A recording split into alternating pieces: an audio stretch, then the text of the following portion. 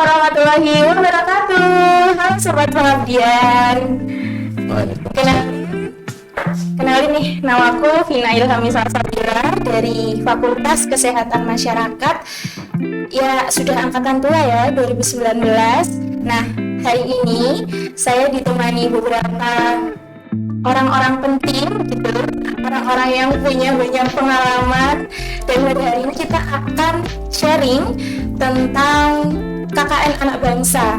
Mulai dari angkatan berapa ya kira-kira di sini? Mungkin kita bisa kenalan dulu ya sama narasumber yang ada pada hari ini. Boleh dari mana dulu nih? Ini banyak banget soalnya, ada 1.000 orang di sini. Mungkin dari depan saya dulu ya. Ini ada, siapa namanya Kak? Oke, terima kasih. Nama saya Akil. Nama lengkapnya Ryan Agil Nugroho. Dari KKN Anak Bangsa yang ke-7. Di mana itu yang ke-7 Kak? Kalau ke-7 itu lokasinya ada di Buton Selatan, Sulawesi Tenggara. Oh, oke. Ditahan dulu ya ceritanya, kita kenalan dulu sama yang lain. Masih ada 999 ini. Yang kedua sebelahnya Kak Akil, boleh? Oke, terima kasih Kak Vina. Perkenalkan diri, nama saya Anwar, biasa dipanggil Alim.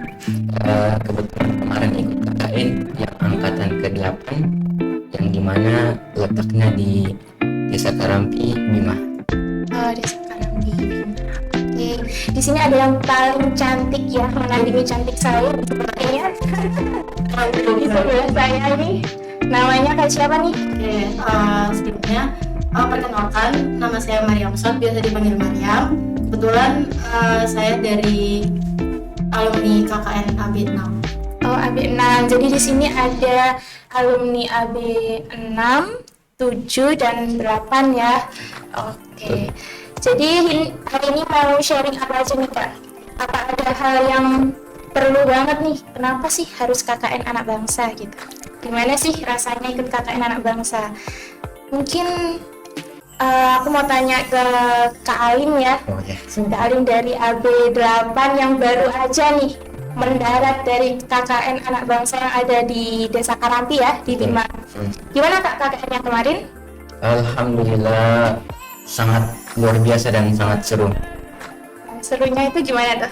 Oh, serunya kalau mau dibilang, kalau umumnya kan KKN orang di daerah sekitar tempat yang dia kuliah seperti itu, misalnya kayak kita di Jogja, kalau KKN keluar kan terkadang di Kulon Progo, kemudian ada di Gunung Kidul.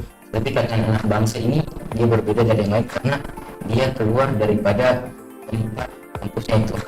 Kayak kemarin kita keluarnya ke daerah Nusa Tenggara Barat itu Bima, dan itu menjadi pengalaman tersendiri untuk kami mahasiswa yang pergi ke luar kota seperti itu. Yang Bima itu ada 2, Kak Mariam sama Kak Alim ya. Iya. Kalau dari Kak Mariam sendiri nih kan meskipun satu tempat tuh biasanya rasanya itu beda gitu. Kalau menurut Kak Mariam sendiri gimana sih KKN-nya kemarin tuh? Kalau soal KKN yang kemarin sebenarnya kayak pengalaman yang nggak bisa dilupain. Soalnya benar-benar yang kayak satu kali kesempatan itu nggak bikin nyesel gitu. Ikut KKN AB soalnya banyak banget pengalaman yang didapat di sana. Terus juga dapat banyak hal yang ternyata beda banget yang kita biasa lakuin di sini di Jawa sama yang di daerah pelosok sana tuh jauh banget bedanya. Jauh banget bedanya tuh dari segi apa sih? Kalau dari mungkin tadi sebetulnya kan Jawa sama yang di pelosok luar Jawa ya, itu bedanya di apanya sih biasanya? Terutama bahasa ya kan. Ya biasa karena kalau komunikasi itu pakai bahasa Jawa, biasanya bahasa Jawa Indonesia. Terus pas ke sana kita jadi tahu orang-orang di sana tuh komunikasinya pakai bahasa Bima kan, jadi kayak belajar hal baru, dapat walaupun mungkin cuma bahasa ya, tapi menurutku itu sangat berharga karena dengan bahasa Bima kita jadi merasa lebih dekat dengan masyarakat. Iya sih, benar. Berarti dari waktu nyampe di tempat KKN tuh ya Kak Alim sama Kak Maria, mungkin Kak Ryan juga ya, Kak Ryan Agil aduh. Tadi Agil ya sebutnya. Itu mungkin paling berkesannya atau paling yang harus banget belajar nih bahasa ya, karena bahasanya yang paling beda gitu mungkin. Beda banget sama yang ada di Jogja gitu ya kan, kayak nggih, monggo, mungkin di sana nggak ada gitu. Ini udah dari KKN yang AB6 sama AB8. Nah ini kan AB7 ini beda ya di Sulawesi ya. Di Sulawesi mungkin kalau dari Kak Agil sendiri apa sih yang dirasain waktu KKN di Sulawesi sana? Oke, ini memang cukup menarik karena tadi disampaikan terkait dengan NTB ya, daerah Nusa Tenggara Barat ini termasuk yang pertama dan kayaknya sih nanti juga bakal ada lagi untuk yang kali kedua. Jadi ini cukup jadi pengalaman pertama sekaligus deg-degan pada awalnya gitu. Karena memang budaya di daerah Sulawesi itu kan saya nggak pernah tahu sama sekali gitu ya. Nggak ada Jawa-Jawanya sama sekali gitu, artinya saya yang Jawa pilihan banget itu sangat merasa cukup kaget ketika ya sudah mendarat di daerah Buton begitu. Cukup seru, dan kalau misalnya akan ada anak bangsa lagi di daerah sana, kayaknya itu bakal ikut yang pertama untuk ikut kedua kalinya gitu. Berarti Kak Agil berminat untuk ikut lagi ya? Ya kalau dikasih kesempatan ya gitu. Oh jadi pesertanya, oh jadi pendampingnya nih. Waduh, kalau itu bisa dipikirkan tahunnya. Oke, tadi dari Kak Mariam, Kak Agil, Kak Alim tuh semua ada satu kata sama seru ya, nggak bisa dilupain gitu. Betul ya? Iya. Terus kalau kan nggak bisa dilupain ya, apa sih hal yang paling kayak menempel, kayak gampang banget nih, sulit banget nih dilupain, aku nggak bisa move on dari KKN anak bangsa, apa sih sebenarnya? Mungkin dari Agil dulu deh. Oke. Karena kan ini sifatnya itu kan kita terjun ke masyarakat langsung ya. Nah sedangkan aku ini kan sebenarnya tipikal orang yang anak rumahan banget. Gitu. Jadi justru hal yang paling berkesan itu justru pada saat kita ketemu sama warga di sana, ketemu dan akrab langsung sama pemerintah desa di sana, dan belajar budaya yang ada di sana gitu. Dari bahasa, kemudian nanti ada istiadatnya seperti apa, hal-hal yang menurut aku itu kayaknya kan di Jawa itu nggak masalah nih kita lakuin hal ini gitu, tapi di sana ternyata ada ranah tertentu yang membuat kita harus ikut adat yang ada di sana gitu. Nah hal itu yang memang benar-benar jadi pelajaran banget buat aku, dan nantinya kayaknya ini jadi bekal pertama aku untuk yang terjun di masyarakat nantinya gitu. Jadi emang cukup seru lah gitu, tuh nggak bisa dilupain gitu. Berkesan banget ya pokoknya. Berkesan banget. Tadi terkait kebudayaan ya, kebudayaan apa sih yang membedakan gitu antara waktu di Jogja sama waktu di tempat KKN di Buton ya, apa sih yang paling beda banget gitu? Kalau ini mungkin bukan budaya yang benar-benar tradisionalnya sana ya, tapi lebih ke cara bicaranya. Yang aku ingat banget itu di sana itu, bahkan ini seminggu di sana itu aku cukup kaget gitu. Ternyata orang-orang sana yang memang kebetulan lokasi aku itu berada di daerah dekat pantai. Jadi di sana itu suaranya keras-keras kalau ngomong, begitu. Jadi manggil aja itu seakan-akan tuh kayak aku tuh berbuat salah atau apa gitu ya. Manggil itu dalam dia lebih teriak ya. Gitu, itu yang cukup membuat aku sangat kaget. Ambil seminggu itu benar-benar beradaptasi banget itu. Harus membiasakan ini, harus ya sabar. Ini tuh nggak marah. Mereka itu cuma nanya aja, cuma manggil aja gitu. Itu yang benar-benar membuat aku tuh ya beda banget kalau di Jogja kan. Tentang hari ini gitu ya, walaupun di Indonesia tetap ada sopan santunnya memang. Mungkin bagi mereka itu memang sopan, cuma memang adanya yang agak tinggi gitu. Mungkin itu sih yang bikin culture shock sih di awal-awal. Jadi seminggu pendekatan dulu lah ya. Betul. Di tempat KKN-nya. Sekarang kita KKN tuh berapa lama sih? 30 hari ya? Iya. Kurang nggak sih 30 hari untuk KKN anak bangsa itu sendiri? Oke, kalau aku pribadi sih jujur kurang ya. Karena biasanya itu seru banget. Serunya itu nggak cuma terkait dengan kenal sama masyarakat ya, tapi ternyata di sana pemandangannya indah-indah. Asal wisatanya juga luar biasa. Aku kan asalnya kan dari Pekalongan ya. Di sana di Pekalongan itu nggak ada yang namanya pasir putih, itu nggak ada. Di Jogja aja itu daerah gitu ya. Itu baru-baru ada gitu kan. Itu pun nggak jauh 1 jam ke sana. Nah ini kalau di sana itu ya di mana itu pasir putih. Lautnya itu benar-benar bening banget. Kita tuh masuk ke pantai, masuk ke lautnya itu kakinya kelihatan banget. Benar-benar kelihatan itu kaki bening banget. Asli itu benar-benar. Ya makanya tadi aku bilang kalau ada kesempatan ke sana, kayaknya aku mau deh, beneran mau banget, gak langsung. Berarti kalau kayak mungkin keluar rumah gitu ya, di sana mungkin keluar rumah udah langsung ya aku healing. Betul, kakak anak bangsa ini udah latihan healing gitu nggak sih? Healing. Sekaligus jalan-jalan betul. Oke, makasih ya Kak Agil. Kalau dari Kak Mariam nih sama Kak Alim kan sama-sama di Bima ya? Ya, Itu satu tempat atau beda tempat nih? yang jawab apa kalau Siapa nih? Mau sub dulu? Kak Mariam. sebenarnya kebetulan aja ternyata di satu desa yang sama, cuman mungkin beda dusun ya. Beda. Kalau aku di dusun Mambanaya, kalau Alim kan di Nangan. Jadi mungkin sebenarnya nggak terlalu jauh sih jaraknya, cuman ya mungkin dari segi masyarakatnya udah pasti jelas beda, mungkin dari jumlah masyarakatnya sendiri di masing-masing dusun, terus cara adaptasinya mungkin juga beda. Jadi ya itu sih, mungkin cerita di Nangan ini bakal beda kalau sama di Mambanaya. Oh, oke. Kalau di Mambana ya namanya. Iya benar. Nae gitu. Di Mambana itu apa sih hal yang paling berkesan selama KKN yang ya sama mungkin yang nggak bisa lupain yang bikin saya gaman banget sampai sekarang nih. Sampai sekarang Padahal udah berapa lama sih? udah udah setahun ya. Udah setahun ya.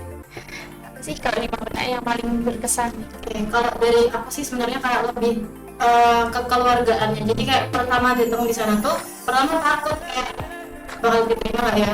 Gimana cara adaptasinya sama masyarakat di sana? Bahkan kan secara budaya, bahasa kita juga baru belajar dikit-dikit.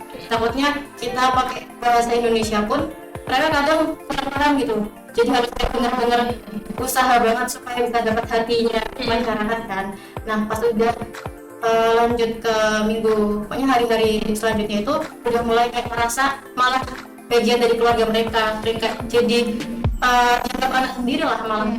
Kayak jadi waktu itu sempat waktu udah hari terakhir pas pulang itu yang bikin sedih banget karena kayak ngerasa malah kayak mau mudik, bukan mau mudik, karena aku ninggalin keluarga aku di sini gitu, sampai benar-benar diantar ke dermaga. Itu bikin nangis banget.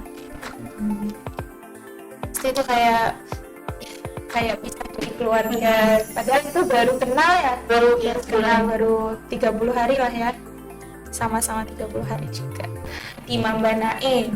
Kalau di Nanganyiu apa meskipun satu desa itu punya ini ya ciri khas per dusunnya masing-masing atau gimana sih kali? Oh iya, terima kasih Mbak Pina. Jadi saya izin jelaskan dulu, mungkin ada teman-teman yang kepingin tahu juga ya. Jadi desa Karampi itu ada 4 dusun, di mana ada desa Sorobali, dusun Sorobali, dusun Oitemba, kemudian dusun Mambanae sama dusun Nanganiu, yang dimana mereka masuk di dalam desa Karampi.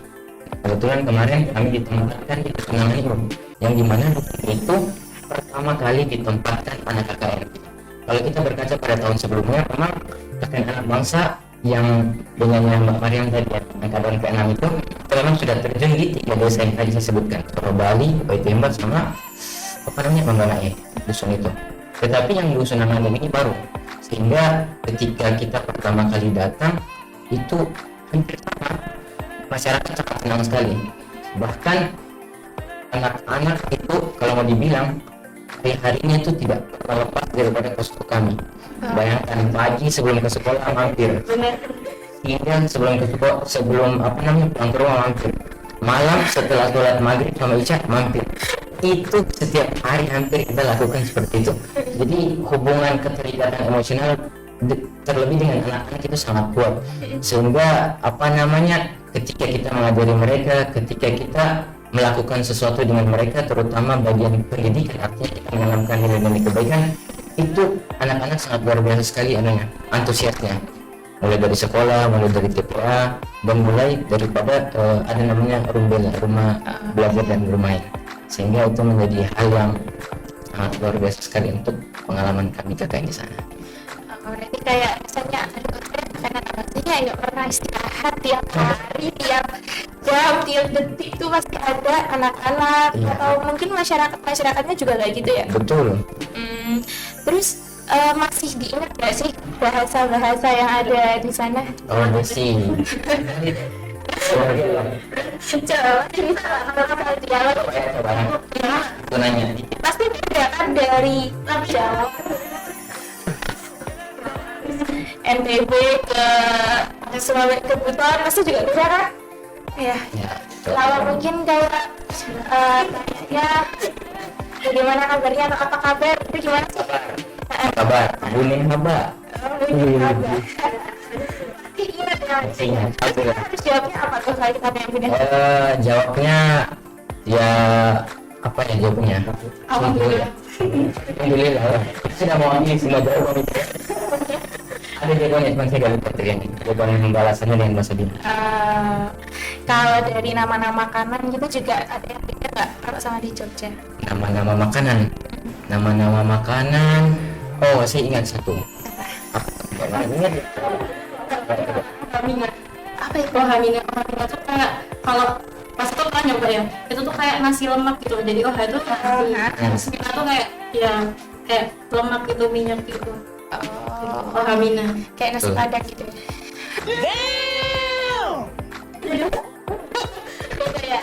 Lain. Coba ada lain. Kalau di Buton ada nggak sih bahasa yang masih diingat sampai sekarang? Aduh, kalau ini memang cukup berbeda ya.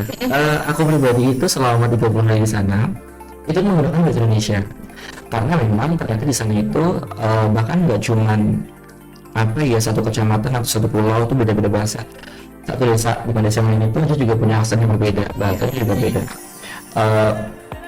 Jadi itu yang membuat aku pribadi itu kayak pusing sendiri gitu loh, karena benar-benar istilahnya itu beda banget. Nah, jadi aku di sana selalu menggunakan bahasa Indonesia pure. Hanya memang kayak aksen-aksennya aja yang memang ngikutin orang sana, suaranya tinggi gitu kan. Gitu saya jangan dicontohin terkadang. Cuman seringnya itu ini apa namanya kayak bahasanya tuh kayak orang timur gitu, orang timur banget, tapi memang ada kesana gitu. Sehingga ya agak kejeda-jeda kalau ngomong, tapi cepat gitu. Itu sih yang memang jadi yang apa namanya beda banget dari yang aku biasa ngomong di sini gitu, dicoba kan slow gitu. Oke, berarti hampir sama ya kalau di Bima sama di Sulawesi itu ngomongnya juga cepet dan lebih kencang gitu ya daripada di Jogja mungkin kayak pelan gitu. Pelan gitu. Tapi sepulang dari sana tuh ada nggak sih hal-hal yang memang kayak kamu harus banget ikut KKN anak bangsa? Ada nggak sih hal-hal yang kayak gitu? Ada banget ada banget pasti ada ya. Pasti. Masa 30 hari nggak ada sih? Iya. Kalau dari Kak Abdul sendiri nih, apa sih yang emang didapat sampai sekarang dan itu emang manfaat banget nih sampai sekarang kita ikut KKN anak bangsa? Oke, kalau di sana beberapa program memang sampai saat ini juga masih melekat ya, karena aku memang sampai saat ini masih berhubungan baik dengan pemerintah desanya sama anak-anaknya juga. Bahkan kita sampai sekarang tuh bikin grup ya sama anak-anak sana gitu ya, dan masih aktif sampai sekarang, masih sering-sering nanya kabar. Kalau yang melekat di sana memang banyak. Salah satunya adalah kita menginisiasi untuk menghidupkan kembali rumah belajar Yawanci. Itu kita buat perpustakaan desa gitu ya, kita coba bangun kembali dan bikin habit belajar yang bagus di sana gitu. Nah, tapi kalau after KKN anak bangsa itu yang menjadi apa ya value yang aku dapatkan itu, kita justru lebih apa namanya wise, karena memang kita di sana kan belajar banget hal baru ya, hal baru, lingkungan sosial yang baru, cara belajarnya aja beda, bahkan sampai wawasan yang mereka tahu itu aja udah beda. Yang kita tahu juga bisa kita share di sana, yang kita nggak tahu kita bisa ambil dari sana gitu. Jadi benar-benar banyak banget insight yang aku dapetin selama KKN di 30 hari di Buton. Kemudian teamwork itu benar-benar itu menjadi apa ya value paling besar banget aku terapin sampai sekarang gitu. Kita kan anak bangsa ini kan dari berbagai macam background gitu, dari fakultasnya aja udah beda, bahkan fakultas prodinya aja udah beda-beda kan. Ya kebetulan aku memang ketemu sama teman-teman yang ya lumayan seru gitu ya. Artinya walaupun beda-beda pandangannya, kita beda-beda, tapi di situ kita bisa cari solusi bareng-bareng dengan cara yang bijak gitu. Jadi itu benar-benar ngebantu banget aku untuk bisa survive sampai sekarang ini gitu, terutama dengan organisasi yang itu sangat membantu banget. Selain itu juga dalam hal ini sih, project management, kita itu kan KKN anak bangsa ini kan sebenarnya kan OPEC-nya kan lebih dulu ya ketimbang KKN yang lain, dan ini memang istimewanya gitu. Nah sehingga kita masih punya banyak waktu untuk planning gitu ya, planning kita tuh mau bikin program apa aja di sana gitu kan. Kita survei dulu segala macam. Nah terutama dari kami memang itu pertama kalinya, jadi kita belum ada narasumber terdekat kita yang tahu betul lokasi di sana gitu ya. Gitu, masih ngabang banget. Bahkan kita sempat koordinasi dengan salah satu universitas di sana, itu juga ternyata memang belum begitu mewakili banget gitu kondisi secara teori di tempatnya. Nah, project management itu terbangun pada saat kita benar-benar di lokasi. Jadi ternyata yang udah kita siapin itu benar-benar beda banget dari kenyataannya. Jadi kayaknya berapa yang kita lakukan itu kayaknya nggak cocok dari sana gitu. Benar-benar nggak cocok. Jadi kayak fleksibel. Benar. Jadi kita benar-benar apa ya? Kita kan untuk bisa survive, bisa apa namanya fleksibel untuk membuat program kerja dan harus sustain. Itu salah satu misi anak bangsa kan nggak cuma bikin program kerja selesai, tapi bagaimana program kerja itu bertahan dan sustainable dan bisa diterapkan di masyarakat gitu, nggak cuma sekali. Itu benar-benar membuat aku membekas banget, dan sampai sekarang gitu aku belajar manajemen apapun itu, waktu, ide sampai ke teknisnya. Itu sih pokoknya. Berarti sampai sekarang pun yang diterapin di tempat KKN ya, sampai di kehidupan kembali lagi ke Jogja itu masih ini masih harus diterapin nih, nggak bisa nih berhenti sampai situ aja. Nggak bisa. Udah jadi habit ya. Jadi habit. Kalau dari Kak Maryam sama Kak Alim, mau siapa dulu nih? Tadi Kak Maryam, sekarang Kak Alim dulu ya. Bersama mungkin ya. Kalau dari saya, mungkin yang menjadi nilai positif dari KKN anak bangsa ini tadi sempat sebutkan juga sama Mas Agil, bahwa KKN anak bangsa ini sudah jauh-jauh hari dipersiapkan. Apa nilai plusnya? Kita dipersiapkan jauh-jauh hari, terutama ketika kita survive di lapangan atau di dusun yang kita sudah disebar itu hubungan emosional kita antar satu unit lebih terikat dibanding dengan kalau kita baru terbentuk 1-2 bulan. Bayangkan KKN anak bangsa ini loh dipersiapkan sejak 6 bulan. Iya kan? Pasti teman-teman sudah rasakan sendiri, kita persiapannya dari 6 bulan. Itu dari berbagai background, ada fakultas psikologi, farmasi, kesmas dan sebagainya, hukum, agama Islam dan sebagainya di wadah ini disatukan dalam satu wadah yang berbeda. Dan bagaimana caranya kita bisa nyatu jadi satu, kita bisa jadi tim atau unit yang kompak, yang bisa membawa perubahan di dusun tersebut, sehingga itu melatih kita untuk bagaimana menempatkan diri, beradaptasi antar satu sama lain. Sehingga alhamdulillah walaupun ada sedikit gesek-gesekan antar unit, tapi itu tidak menjadi hal yang menghalangi kita untuk melakukan proker-proker yang luar biasa di sana. Sehingga dari segi keamanan emosional antar satu unit dengan unit yang lain, bahkan keseluruhan unit satu KKN itu sangat solid sekali kalau menurut saya. Itu sih bagian. Oke, berarti emang secara emosional ya. Betul. Jadi dari lama dibentuk itu biar kita lebih dekat gitu. Jadi waktu nantinya KKN kita menghadapi masalah dari entah itu tiap unit atau tiap KKN-nya ya. Betul. Itu udah terbiasa. Oh ini cuma kayak gini, bisa nih, gitu ya. Oke. Dari Kak Maryam? Berkaitan kenapa Harus yang ideal. Kalau dari aku sendiri sih lebih ini sih, kayak aku merasa kayak dari Jogja bahwa beberapa skill yang emang menurutku ya emang aku pernah di situ kan, terus tiba-tiba udah di lokasi aku perasaan nggak di sini deh, cuman aku merasa aku bisa, jadi kayak merasa aku dapat skill baru nih di sini, sedangkan aku merasa kayak sebenarnya nggak yakin di sini, tapi waktu praktek di sana langsung kayak mau nggak mau harus bisa kan. Pas di sana oh ternyata nggak susah-susah juga, ternyata bisa buat mengasah skill lain yang ternyata aku juga bisa di situ tuh. Terus apa lagi ya, banyak banget sih udah disebutin juga nih. Udah keambil.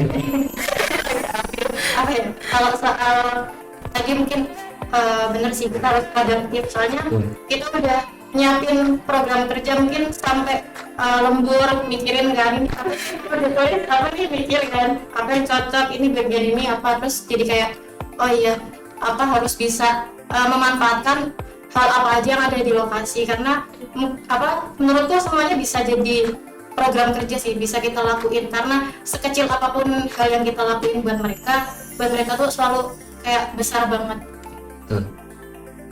Sekecil apapun yang kita lakuin bagi mereka itu adalah hal yang besar gitu ya. Buat sehari ini. Kemarin kamu dari siapa? Kalian 23 gitu ya. Kalau kemarin nih kan ada anak bangsa ke-6, 7, 8 ya? Iya. Itu tuh kalau anak bangsa itu biasanya cuma dari UAD aja atau ada nggak sih tambahan dari universitas lain gitu? Kayak kolaborasi gitu. Kalau dari AB6 ada nggak kayak gitu? Kalau dari AB6 kebetulan nggak ada sih, jadi kan pure dari UAD semua. Oh gitu. Kalau dari AB7? Kalau AB7 berdasarkan informasi kemarin pada saat kita koordinasi sama AB6 kan waktu itu ya, memang awalnya kita nggak tahu kalau ada kolaborasi, tapi ternyata memang ada, dan itu hal yang patut aku syukuri juga. Jadi ini kita nggak cuma kenal masyarakat yang ada di Buton, tapi kita juga kenal mahasiswa dari kampus lain. Kebetulan aku kolaborasi sama dua universitas lain, yang pertama dari UHAPK, Universitas Prof. Hamka kalau nggak salah itu yang ada di Jakarta, sama Universitas Muhammadiyah Buton. Itu yang ada di lokasinya langsung. Itu juga yang membantu kami selama pelaksanaan terkait dengan budaya dan lain sebagainya. Mahasiswa dari sana memang luar biasa, sangat lebih mengerti ya dari kami, jadi kami belajar banyak dari mereka juga gitu. Kalau itu kolaborasi ya. Kalau dari AB7 sendiri tuh berapa orang sih kalau dari UAD? Oke, nah ini cukup istimewa juga ya. Ini paling sedikit dong, dari AB1 sampai sekian sekarang AB9 yang mau ongoing ini. Itu kayaknya yang paling sedikit, karena itu jumlahnya cuma 8 dan 8 ini dibagi 2 unit ternyata. Ya awalnya kami kira cuma 1 unit, ya masalah bola ya udah nggak apa-apa 8 begitu ya, walaupun KKN reguler kayaknya 9 sampai 10 ya. Jadi oke nggak apa-apa 8, kita coba survive, kita siapkan diri untuk KKN di sana. Ternyata Hamin 2 bulan atau Hamin 1 bulan itu informasikan bahwa kami akan dibagi 2 unit. Jadi 4 dan 4 gitu ya.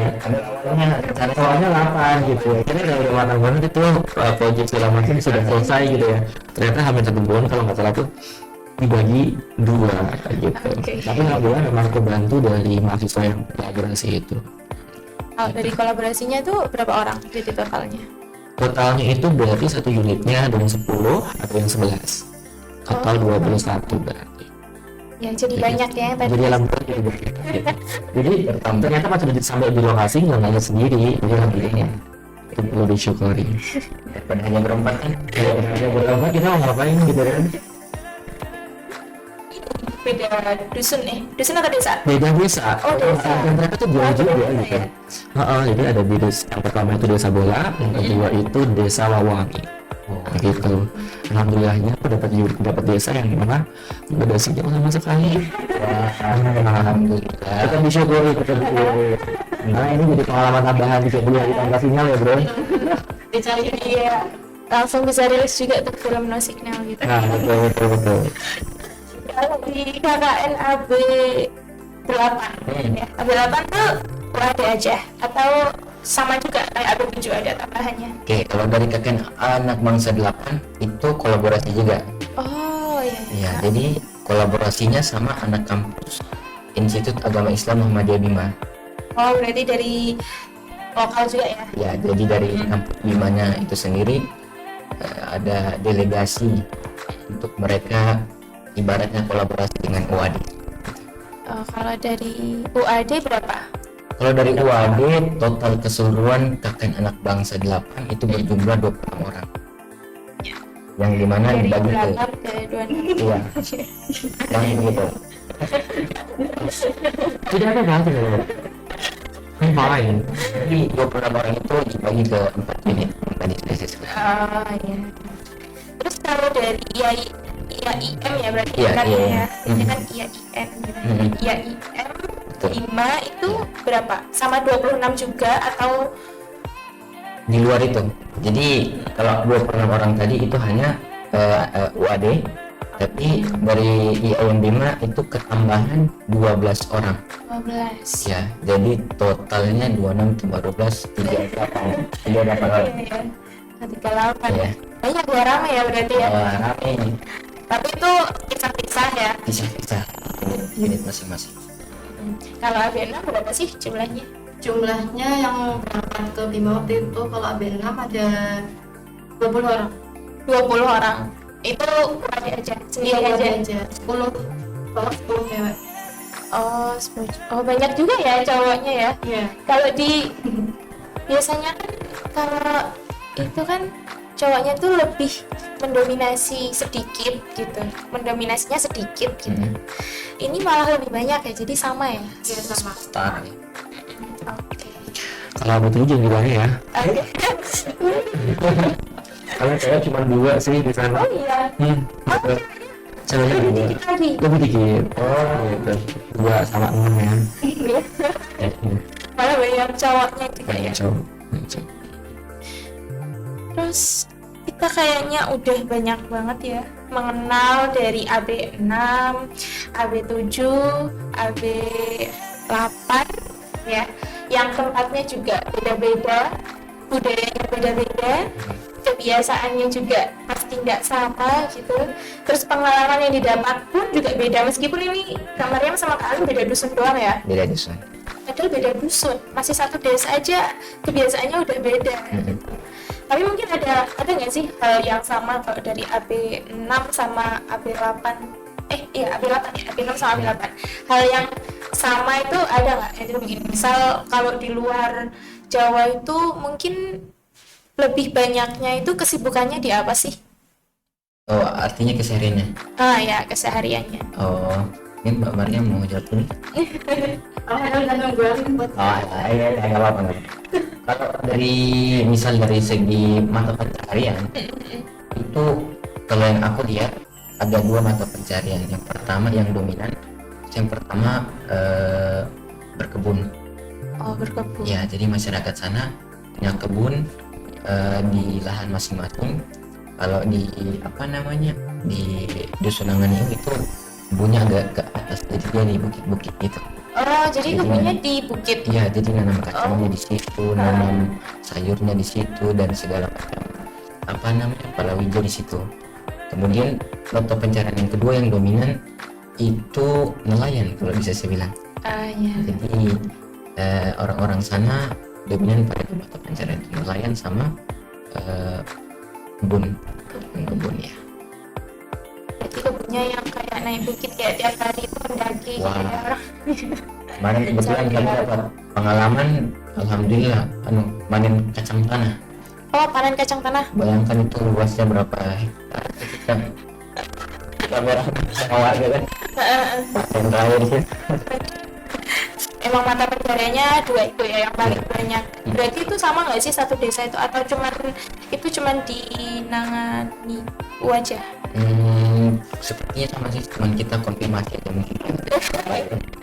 Kalau di Mampang gimana di Mampang? di Mampang sama aja sih. Asalnya sering banget lihat warga tuh ke kebun, kayak ditanya mau kemana, Ina mau kemana kan, mau kemana Pak, terus dijawabnya mau ke kebun kayak gitu. Terus nanti pulang pasti bawa tiba-tiba bawa terong, bawa jagung, sekarung kayak gitu. Iya. Kayak gitu deh. Kalau di Buton juga sama atau beda? Kalau lihat dari cerita yang tadi aku sampaikan sih kayaknya nelayan sih ya. Tapi emang bakal bakal kutub pantai gitu. Jadi emang ada. Jadi satu desa itu ada satu kayak perumahan atau mungkin kampung kecil itu kampung nelayan. Jadi memang di dekat dermaganya itu ada bikin kapal gitu ya, pekerjanya itu mayoritas tuh ada bikin kapal, terus kemudian pada jadi nelayan gitu benar-benar Karena aku tuh tiap hari di sana tuh makan ikan terus. Itu otomatis ya. Ikan gitu. Jadi sampai biasanya di Jogja itu kita makan ayam gitu ya. Di sana tuh nggak ada ayam tuh ada tapi di kota. Dia harus turun ke kota dulu baru bisa makan ayam gitu. Jadi selama KKN tuh kangen nggak sih makan ayam gitu? Kangen, makanya aku beberapa kali juga sempat turun ke kota nggak nyari ikan, kita nyari makan ayam. Karena nggak di sini ada warung makan ayam goreng gitu, ada nggak? Nggak sering nyari ikan ya Dan? Iya gitu. Dan ternyata pada saat pulang pas makan ayam kayak beda ya. Mau tiap harinya udah pernah makan ayam kan selama di sana, jadi pas pulang cukup kan. Ya ikannya udah terbiasa dengan ikan gitu ya. Betul. Ikan, sayur gitu. Ikan segar. Iya juga. Di sana berarti kayak gampang banget ya kita dapet ikan atau Iya murah lagi di sana ya. Murah. Murah banget. Kalau di tempat aku tuh yang hampir satu tangan gitu ya, 50.000 berdua. Jadi benar-benar tuh murah banget. Dan memang apa namanya nggak jauh dari desa aku itu, kebetulan di desa yang mahasiswa sana yang satu unit sama aku itu juga bapaknya tuh pekerjaan di daerah apa sih pengepul ikan gitu ya. Jadi kadang tuh seminggu sekali posko bawa ikan banyak tuh, itu murah-murah gitu. Itu cukup shock sih. Itu di sini mahal-mahal kan ikan. satu keuntungan ya. Kalau Mas Roy murah-murah. Kalau kami di atasnya murah, gratis. Iya. Ya, Oh iya. betul. Jadi kadang-kadang itu kalau kami jalan kan, di jalan pakai rompi KKN. Jadi saya biasa kalau pagi-pagi kadang kan biasa dari sinyal. Oh iya. Jadi di sana kalau kalau Mas Roy ini kan sama sekali no signal lah gitu lah. Kalau di dusun kami alhamdulillah masih dapat sinyal. Itu kan 1-2, cuman carinya kemana? Ke pinggir pantai. Saya juga berpikir ini sinyalnya hanya ada di pantai gitu ya. Kenapa nggak di belakang di kebun malah? Nah, jadi suatu hari biasalah duduk di pinggir pantai, lihat-lihat. Nah, pulanglah Bagang. Jadi Bagang tuh di sana disebut sebagai kapal pencari ikan yang besar. Itu pakai apa namanya teknik lampu. Itu saya tarik ikannya begitu. Kemudian pulang lagi datang, saya lagi duduk di pinggir pantai. Lagi apa namanya? Kalau nggak salah waktu itu Menikmati mau angin ya? menikmati angin sambil mau menghubungi ibu kalau nggak salah. Oh iya. Pengen kabar-kabaran kan udah lama nggak nelpon. Nah, singkat cerita datanglah itu bapak, ada Bapak Sahabudin namanya, kan beliau ketua pemuda di sana. Datang bawa satu plastik. Kemudian mungkin beliau lihat baru pertama juga waktu itu ketemu kan, baru pertama ketemu lihat seperti ini, tapi beliau sudah tahu bahwa ada anak kakak yang datang. Lihat saya pakai rompi seperti ini. Kemudian anak kakaknya, dia Pak, saya anak kakak di sini bilang, ini ya buat kalian ikan plastik satu roti plastik. Saya ini ya nanti masak buat kalian makan semua. Bukan saya, ini dibeli apa? Ini ada, ini dia. Itu. Oh, sebanyak itu. Alhamdulillah ya. Jadi Iya. ya sama-sama makan ikan terus. Jadi pengen makan lagi ya. Gas. Gas. Oke. Berarti habis ini kita mau gas kemana nih kira-kira? Mau ke Bima atau ke Plutonnya nih? Bodoh aja. Kalau dari mamanya juga kayak gitu juga nggak tujuannya? Iya. Bahkan kayak hampir tiap hari tuh dikasih, ntar pagi-pagi pasti ada yang ketok pos kan, terus tiba-tiba bawa yang satu ember kecil isinya ikan. Karena satu hari itu kita dapat banyak gitu loh, ada yang ngasih ikan yang kecil-kecil, terus ada kita juga kebetulan beli itu saya nggak tahu ya, ternyata mau dikasih, terus jadi kayak ini pasti kan gak ada kulkas juga, mau bingung gimana karena dimasak semua. Bosan gambar makan gitu. Yang lainnya dari bosan Sora Bali juga buat datang kan biar makan bareng. Karena saking banyaknya jadi kayak bingung. Ya kita makan 1, 2, 3 udah. Jadi dimasak semua. Luar biasa. Berarti di sana sumber daya alamnya itu masih bisa dinikmati dengan sangat murah dan dengan sangat nikmat ya, karena ada yang gratis, ada yang murah, pasti juga yang tadi juga gratis juga kan yang dibawa Ya gratis sih. Makanya gratis. Cuma emang sekarang harga tuh kalau dibandingin di Jogja lebih murah lah ya. kadang di sana sih. Kalau di Jogja itu ikan udah mahal, terus di kota aja ya, Iya. itu mahal ya ikan. Paling sepotong tuh 20-25. Ini menariknya ya. Jadi di unit sebelah, unit satunya itu ada mahasiswa yang dari UM Buton, dia presiden mahasiswanya, kita ikut KKN bareng dia. Salah satu alasan dia itu sebenarnya kan Jakarta, tapi salah satu alasan yang buat dia betah di Buton itu karena ikan. Padahal di Jakarta kita juga punya ikan ya, dia kan masalah PLIC kan cukup ini ya gitu. Jadi dia kasih tahu ke aku kalau misalnya ya ini nikmatnya di Buton itu ya ikannya banyak banget, melimpah dan warna-warni gitu ya. Luar biasa. Ada ikan ini mau Cuma ada deh. Cuma aku nggak sempat nyelam gitu kan. Jadi nggak sampai kayak snorkeling gitu ya? Di tempatnya aku nggak berani. Kalau yang lain itu ya ada yang coba gitu. Kan sempat kita wisata juga kan di tempat gitu. Ya mereka ada yang kayak perahu gitu, perahu kecil gitu. Dia bingung sendiri tuh sama tengah tuh. Teman-teman yang lain, aku nggak berani. Nggak bisa tenang lah bang. Lihat aja. Betul. Mungkin pilih foto-foto di pantai. Gitu. Itu selain sumber daya alamnya yang masih melimpah dan masih kayak kita bisa nikmati dengan mudah gitu, kita juga bisa tiap hari ngerasain yang namanya healing gitu tadi ya. Healing tiap hari gratis gitu. Kalau di sini kita healing harus jauh dulu ya, paling nggak kita ke Parangtritis itu aja 1 jam. 1 jam kalau macet. Oh ya benar. Macet ya. Kan sering macet nih, sekarang udah banyak orang rekreasi lagi tuh, udah mulai banyak bis yang datang lagi. Kalau kita ke Gunung Kidul ya 1,5 jam lah ya kita untuk nikmatin. Kalau pas di KKN berarti buka pintu udah langsung wow, hasilnya nih. Ya 2 menit jalan udah sampai pantai. Oh iya, pasti ya kayaknya nggak kalah juga. Tapi ini jadi menarik karena tadi berarti kita ngomongin terkait dengan pariwisata ya. Artinya memang di tempat-tempat yang diterjunkan KKN anak bangsa ini memang punya potensi wisata dan juga apa ya, wisata alam terutama itu sangat luar biasa. betul. Dan ini yang perlu kita jadi apa namanya poin penting juga, bahwa sebenarnya kita bisa loh untuk coba mengenalin mereka, mengenalin wisata-wisata di sana agar lebih booming lagi gitu. Kan kita anak ganjal banget ya. Makanya suka-sukanya viral. Hal semacam itu kan harus perlu kita viral gitu. Jadi nanti buat teman-teman semua yang ikut anak bangsa, jangan lupa viralin tempat-tempat menarik yang ada di tempat KKN-nya. Oh siap. Asli itu harus sih. Kita buat hashtag khusus kayaknya. Betul. Majukan pariwisata Indonesia. Karena asli dapat sih. Oke, dari tadi kita udah ngobrol banyak banget ya, sampai ke pariwisata juga nih akhirnya tiba-tiba. Ada nggak sih closing statementnya dari Kak Mariam, Kak Akira, atau Kak Arif? Atau mau semuanya kasih closing statement nih? Boleh. Boleh. Kayaknya Kak Arif udah nyiapin. Atau mau terakhir?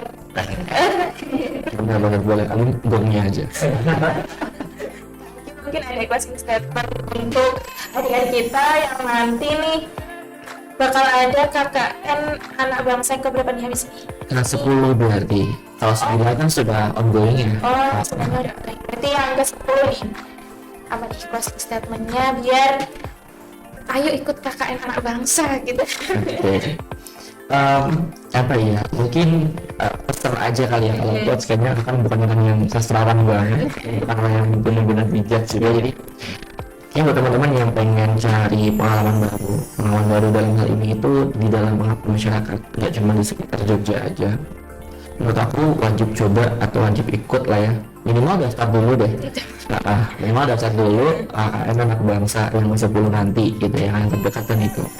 Kemudian nggak cuma pengalaman baru, kalau teman-teman pengen meningkatkan kapasitas ya gitu ya dalam organisasi atau dalam apa namanya teamwork gitu ya, dalam project management itu menurut aku sangat layak dicoba gitu. Dan teman-teman yang pengen survive juga, apalagi orang kayak aku yang pemahan banget gitu ya, beneran ini jangan ditakutin tapi justru harus dicoba, karena ini akan buat apa ya, teman-teman jadi lebih berkembang gitu ya. Awalnya stigma teman-teman perumahan, ketika ada teman-teman masyarakat di sana gitu ya explore, aku rasa teman-teman udah hilang tuh stigma itu asli gitu. Mungkin aku itu aja sih kayaknya. Jadi silakan dicoba, ini kesempatan yang tidak datang 2 kali gitu ya, dan kayaknya ini juga merupakan salah satu KKN yang menurut aku spesial banget gitu. Dari Kak Mariam nih. Sebenarnya ini terakhir karena Udah diambil sih. Ya, kalau dari aku sih buat teman-teman yang mungkin nanti bakal ikutan KKN AB ke 10 ya, alhamdulillah sampai 10. Kesempatan tuh nggak pernah akan datang 2 kali, benar, karena kita di sini niatnya buat mengabdi, buat berbagi sama teman-teman yang jauh di sana yang mungkin kita nggak pernah tahu.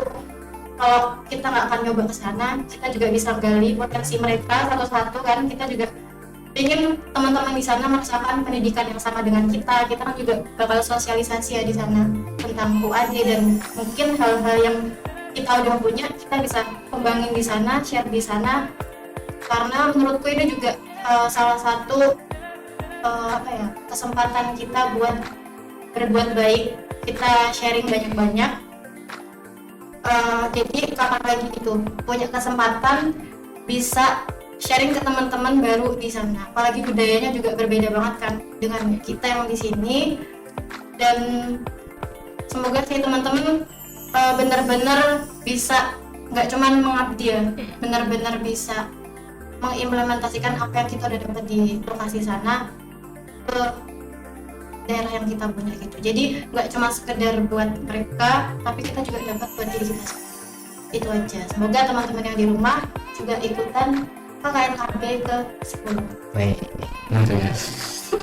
Udah promosi nih. Kalau dari Kak Ali nih yang paling terakhir penutupan ini.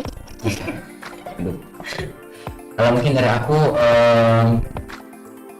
closing statement, jadilah orang bermanfaat dimanapun kalian berada seperti itu ya. Insyaallah.